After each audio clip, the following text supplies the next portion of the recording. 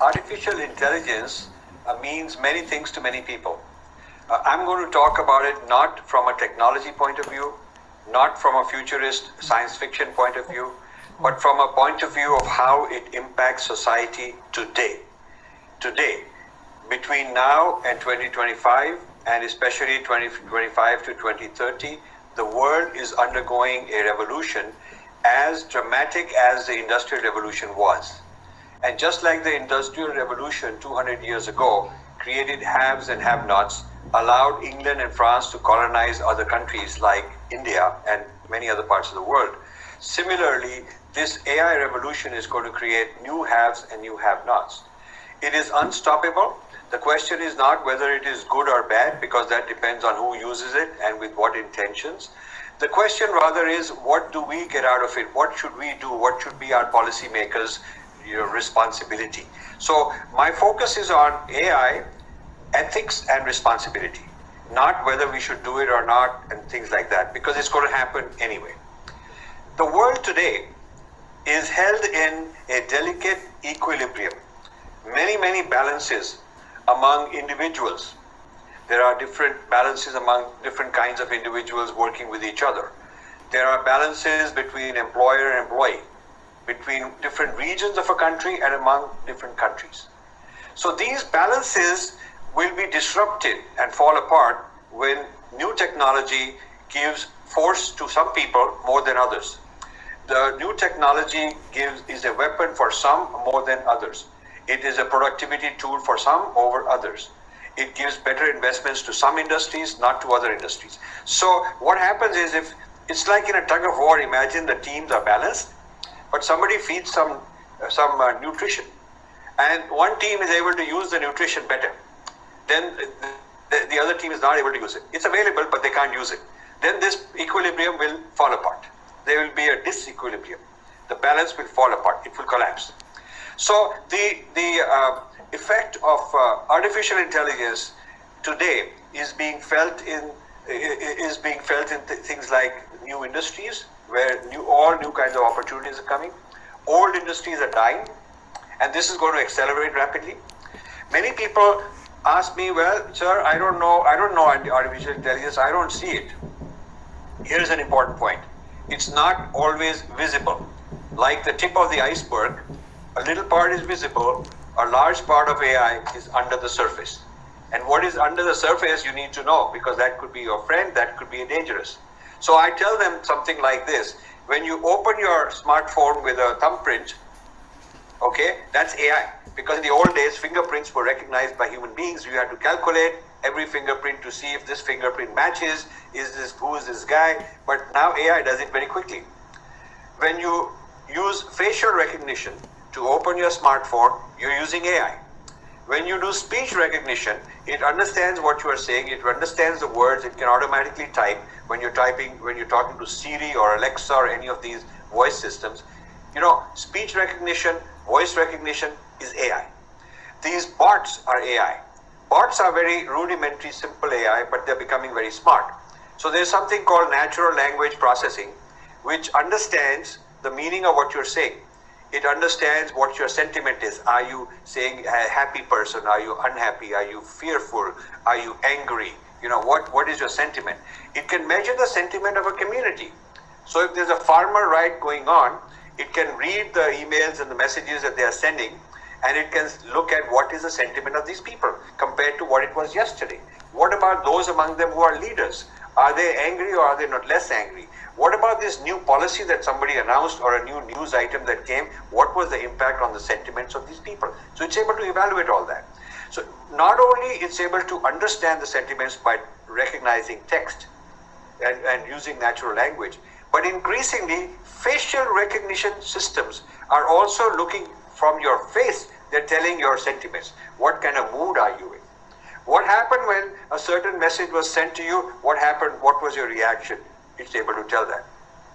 Now, these sentiment analysis and the mood analysis and understanding what people are saying is not only at the level of an individual, but could be a whole community.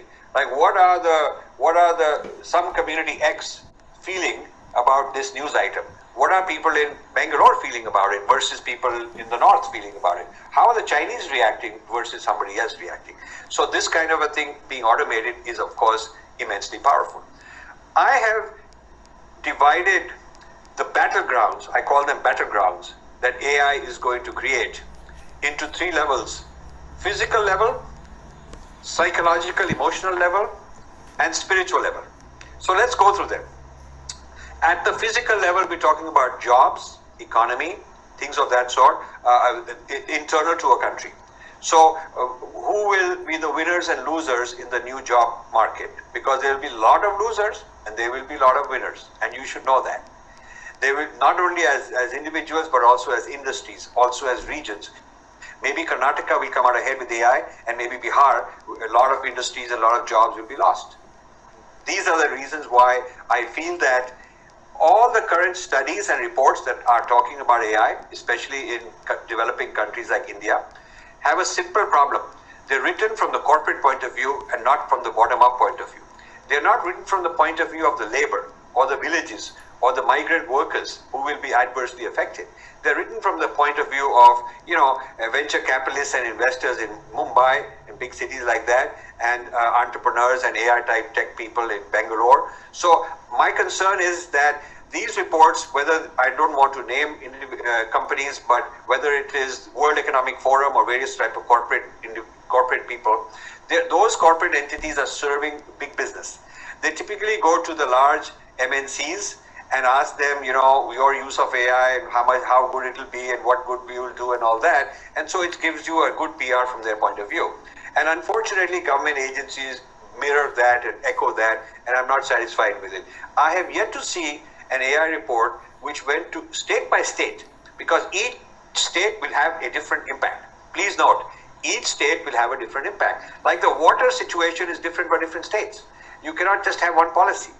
Similarly, AI will affect different states differently because they have different kind of industries. Also, I would like them to go to NGOs that represent the lowest strata of society. The bottom 500 million people in India, the bottom 500 million people in Africa, and so on, are the ones most vulnerable, and they don't have a seat at the table. I don't see their representatives, their voices being considered. So these are some of the concerns regarding the physical level of how it's going to affect us. The other part of the physical impact is going to be weapons. Suddenly you will find that you are already finding that there are drones with all kinds of capabilities better than piloted planes. And robotic soldiers, they can go on high altitude, they don't fall sick, they don't need medicines, they don't need food, they don't need special clothing, and if one of them fails, they fail, doesn't matter, you can make lots of them. Also, pilotless or driverless submarines, drones that are underwater. So there's new warfare, both at the level of actual machines that are going to do the fighting, replacing human beings, also at the level of surveillance, like unparalleled surveillance of every little thing going on, hacking other countries and doing it, and also at the level of the place where, the war room from where you run, the generals are sitting and running all the stuff. That is also AI driven. So at the physical level, both inside a country and outside the borders, AI is changing the whole game. The second level, after having talked about physical, the second level is your psychology and your emotions. All social media is driven by algorithms. Please note, social media, the people who own it and drive it, they don't have 1 lakh people sitting there answering your questions and deciding which one to block and what you said and all of that. It is all driven by algorithms, and all algorithms are driven by AI. So AI controls the algorithms which control the social media. Now, what is happening increasingly is that the idea of human agency, my freedom to decide for myself, is being taken over more and more because we are influenced by what people will think, what will get me retweets, what will get me likes. Will this TEDx talk succeed? How many people are going to like it? What should I say in order to become more popular? Things of that sort. The idea of truth used to be with the adhikar or the authorities used to be local in every village in the world, or it used to be parents, teachers, used to be the text, the sacred text of a tradition. Now it's your social media controlled from somewhere else in the world. It is deciding what is true. These digital, encyclopedias. You're talking to a digital assistant, whether it is Siri or whether it is whatever it is, Alexa or any of the other ones, or you're going and doing a search. The authorities that are telling you what is true and what is false are not the traditional authorities. So this is also changing the whole. It's creating a whole problem in the local sense that your local authorities are no longer the ones in power, and the authorities that are sitting somewhere else in the world from a different culture, from a different civilization, they are taking over more and more control over your lives. Now, as machines are getting smarter, people are getting dumber. Please note, as machines are getting smarter, people are getting dumber, because we're outsourcing the knowledge to the authorities that are driving the AI. So the system said, this, sir, must be true. More likes came to this particular point of view, must be true. So the idea of what is true is also changing. And a lot of people are saying, I don't need to learn. Why do I need to learn so much, sir? Because this search will tell me. Whenever I need to know, Google Devta will tell me, Google Uncle will tell me, or Google, Big Boss will tell me. Or I'll look up to this place and they will tell me, why do I need to know anything? And soon these augmented reality goggles will also tell me, where to go on my vacation and who to marry, who to go on a date, what kind of food I want, what fashion is good for me. So the psychological intervention is becoming more and more detailed into our lives, and we are going on autopilot. When they question people at different generations, what do you think of all this automation taking over your life? It's very interesting. People of my generation, only 10% say it's okay, or 90% say I want to be in control. Then the next generation, people in their 50s, 40s also are like 10-15% are okay with all this, giving up the agency. If you keep coming down in age, below the age of 20, those are people born after the year 2000, new millennium. Those people, generally youth, many of you watching, those are people who are saying, I have no problem if the system tells me what food to eat. It also puts it in my fridge for me. It tells me what I should do, where I should go. In other words, I'm living on autopilot. It'll run the show, run my life for me.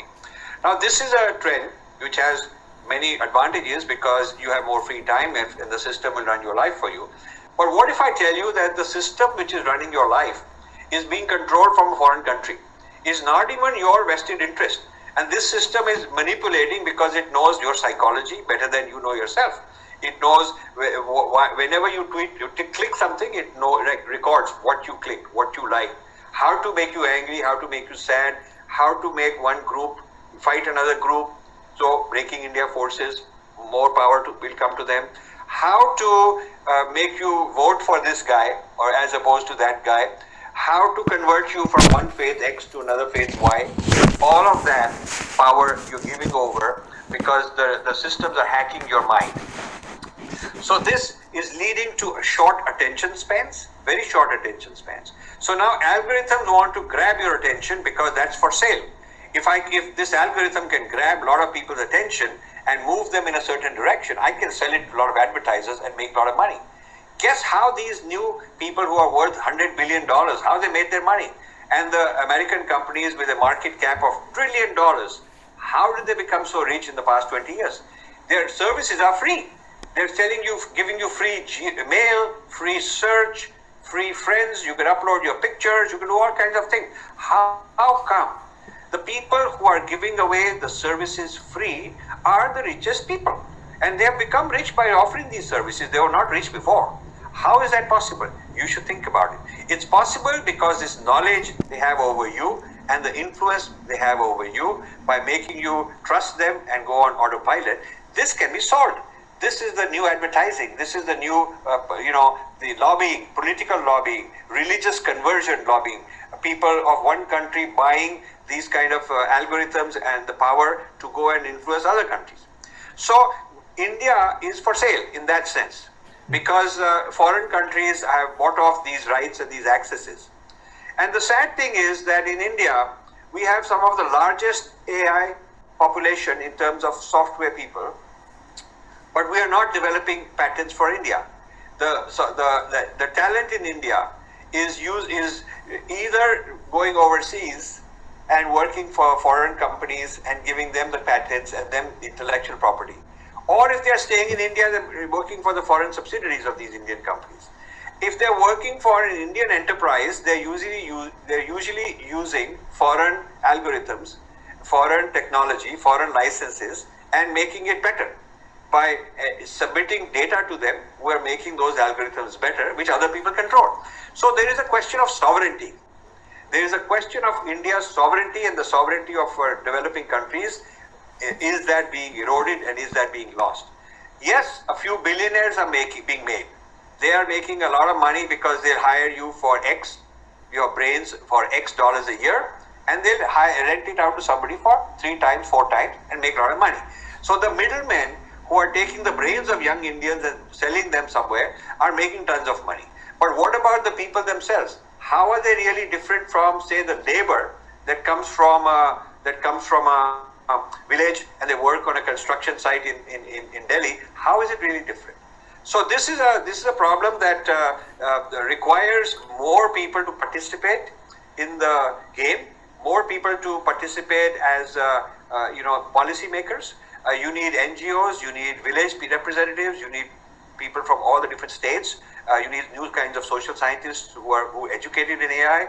Right now, it's only the technocrats who understand it from a technology point of view, and it's the big business and the investors, the corporate people who are using it, and a few government policymakers who may not be all that well informed. So my plea to you, the young people, is that you got to get involved, not just be happy as consumers of AI, but you should be challenging the producers of AI because it's your world. And if somebody says, what right do you have? You should say, look, in climate change, every person on the planet has a right because it's going to affect all of us. It's not just the person who's the company with the factory that's creating something. It is not just for them to worry about. We, the consumers, have to worry about it. So now climate change, because of the last 30, 40 years of campaigning and a lot of people doing in climate change what I'm now doing in AI, AI is where climate change was 30, 40 years ago in terms of public awareness. So a lot of people worked very hard all over the world. They got a lot of flack for it. They were first made fun of. They were told you're a conspiracy theory. All of that happened way back. Okay, because of that, today the whole world is alert to climate change. It is being taught in schools, it is being discussed in the public media, and there is no country in the world where the young people are not concerned about climate change. I want to do the exact same thing for AI because AI is another disruptor. It can be a great friend if we know how to do it properly, and it can actually be a devastating force if we don't know how to do it properly. And like the tip of the iceberg, what you see is only part of the story. So beware of artificial intelligence and brain drain.